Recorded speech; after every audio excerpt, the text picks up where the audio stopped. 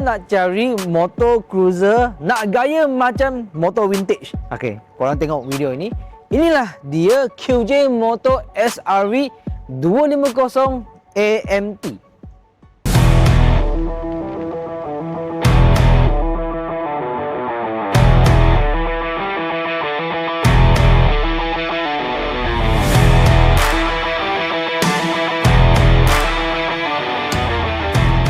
Harga tak sampai 18,000 on the road. Motor ni datang dengan sisi 249. 2 silinder, single overhead cam. Guys, yang paling penting, motor ni dia datang dengan liquid cool. Ini sangat penting sebab dulu saya pernah cuba bawa motor Harley Davidson. Motor Harley Davidson tu walaupun dia harga keras sangat, tapi dia tak ada liquid cool. Biasa orang dia pakai long distance. Kita bawa long distance, kita berhenti, motor ni dia tak rasa panas sangat sebab enjin ni, kamera tekan sikit. Enjin ni kalau saya letak kaki dekat sini, dia dekat. Jadi kalau motor tu dia pakai liquid cool, dia tak akan rasa sangat panas masa kita berhenti. Lampu depan LED, signal depan pun LED. Lampu belakang, signal belakang pun fully LED juga. Saya bagi korang dengar bunyi exhaust motor ni. Motor ni bunyi exhaust sangat-sangat sedap sebab dia pakai 2 silinder. Korang dengar.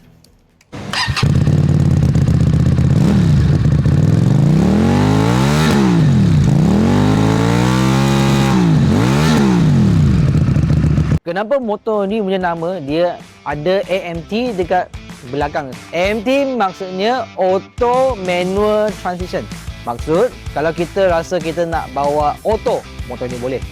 Tiba-tiba kalau korang nak ke manual, tak nak clutch, motor ni pun boleh juga. Okey, cara kita tukar auto dengan manual, saya tunjuk. Korang nampak ada button dekat sini. Ini D maksudnya auto, M maksudnya manual.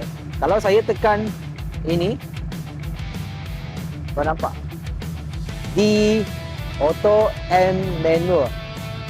Ini adalah button untuk kita switch, tukar antara auto ataupun manual. Kalau up gear, down gear dekat sebelah kiri sini. Kalau korang nampak ini up dengan down. Tayar depan pakai disc. Motor ni dia datang dengan ABS, traction control. Tayar belakang pula pakai disc, ada juga ABS. Dengan ketinggian saya, memang sangat sesuai motor ni. Sebab motor ni dia punya seat height tak tinggi sangat. So footrest dia agak besar. Jadi kalau kita nak long distance, ini besar juga. Tadi kita letak kaki pun tak rasa penat. Tank capacity minyak, dia bagi 13.5. Anggaran mungkin dalam RM14. Memang agak besar lah. Jadi kalau kita nak pergi long distance, ini besar dia punya tank minyak. Seat pula, korang nampak dekat sikit kamera.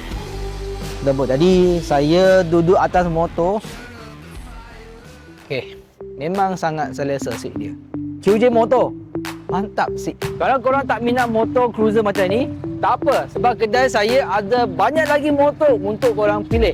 Tapi kalau korang minat cruiser motor macam ni, korang boleh datang dekat kedai saya. Kedai saya dekat Jalan Berserang Kuantan, sebelah Public Bank saja. Tapi kalau korang duduk jauh, Kedah, ke Perlis, ke Ganu, ke Kelantan, tak ada masalah. Sebab kedai saya ada servis penghantaran. Kita jumpa nanti. See you guys.